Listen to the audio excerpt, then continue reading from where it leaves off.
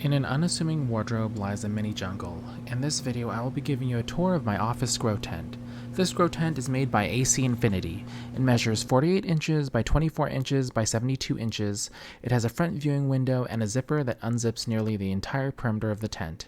It also has 6 drawstring openings for ventilation tubing and 3 ventilation windows on the bottom. The walls of the tent are made out of this high-density canvas material. It has an outer Oxford layer, middle light-proofing layer, and inner reflective mylar layer. The frame is made up of thick steel poles that are supposedly able to carry twice the weight of the average grow tent. I'm not sure how accurate this is, as this is my only grow tent, but the poles feel pretty strong. This grow tent houses mostly my alocasias. I have a ton of alocasias in here. I have this variegated alocasia adora. I have this Hilo beauty. In the back there is a dragon scale. There are a variety of other plants as well. Right off the bat there is an Anthurium regale with a massive leaf, unfortunately damaged. I broke it when it was first emerging. Unfortunately, it looks like something took a bite out of it. I have a cluster of luxurians in the bottom here. This one is a Red Secret, Alocasia cuprea, Red Secret. There is a Serpens in here. My mister is going on full blast right now. I also have some other plants that I'm trying to salvage. This was an Anthurium luxurians that got eaten or rotted. I'm hoping it'll come back. It does have some decent roots under there. And then an Anthurium splendidum that is trying to hang on. It does have a little growth point, which I'm hoping will survive. I have a ZZ Raven. What else is in here?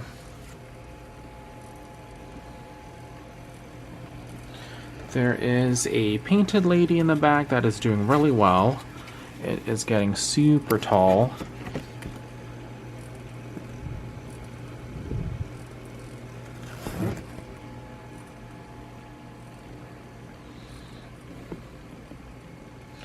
So the bottom level of this grow tent, I just have a bunch of plants that I'm rehabbing, some plants that I don't really know where to put right now. They're just kind of in the bottom.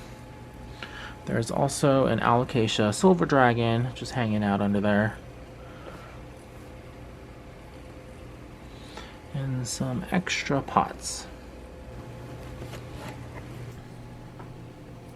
To maintain humidity in this grow tent, I'm using a Lec-Home's humidifier. It's a 6-liter capacity, ultra-quiet, warm and cool mist humidifier for a bedroom. Works great for plants. The only downside with this humidifier is that it's a bottom-filling tank, so you have to lift the tank and turn it over in order to refill it. But with the 6-liter capacity, it lasts a long time. It claims to last up to 60 hours of continuous work.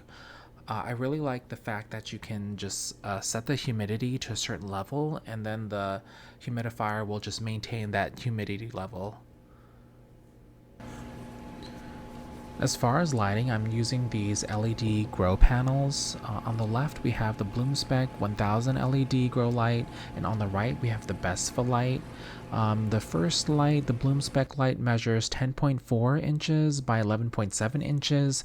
They're both full spectrum, dimmable, contain 3000 Kelvin and 5000 Kelvin lights. It's a super solid light. There's no fan. It's very easy to use. You just plug and play. The dial makes it really easy to control the lighting for your plants. One of the advantages in growing in a grow tent is the reflective inner lining. So with the inner lining, you don't have to have your lights on at full blast. For these two lights, I'm keeping them at about 25% power, and all the plants are doing well. This is great if you're growing much lower light plants where they can't handle maybe the heat output from your light, and overall everything is doing really well. This is the best of a light. It's also dimmable, 1,000 LEDs, and it's recommended in a 3x3 grow tent. It's full spectrum. You'll notice that the light is a little bit warmer than the Bloom spec at 4,000 Kelvin. I like having both to have a really good balance. Very solid construction for both lights, low profile. This light measures 13.7 by 11.8 inches. It's lightweight. Both lights are very energy efficient and have very similar specifications. One thing that I wish that these lights had, I wish that they were linkable, so I can just link the lights together and have less cords. Overall, both of these lights are great. They're super affordable. They're really great lights for under $100.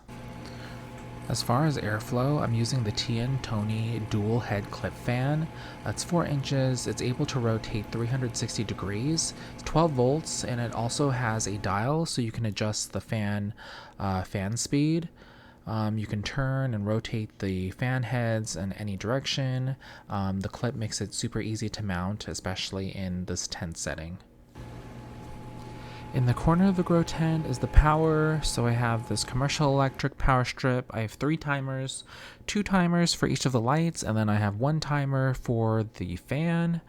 I like to zip tie it up high so it doesn't get wet, and I have easy access if I do want to turn on the lights when the timer isn't on. Another advantage of growing in a grow tent is the reduction in pest pressures. So growing in a grow tent, you'll have less bugs and insects. However, I do notice that I do have some mealybugs occasionally and some ants. With growing alocasias, you're definitely going to attract like pests. I don't get any spider mites because of the humidity and the high levels of humidity I keep in here. But I do see some bugs that I occasionally have to take care of. I try to keep a spray bottle close by with neem oil, and then just occasionally spray here and there, maybe once a week, once every 2 weeks, just to maintain all the foliage. So there are many advantages with growing in a grow tent. You'll have improved lighting, you'll have improved humidity levels, and then you'll have a reduction in pest pressures. You'll have less bugs attacking your plants. If you do have rarer plants and you want to keep them in a nice controlled environment, I would recommend getting a grow tent. You'll have amazing luscious foliage, you'll have improved growth, and overall better results. Thank you so much for watching this video. If you enjoyed this video, please like and subscribe for more.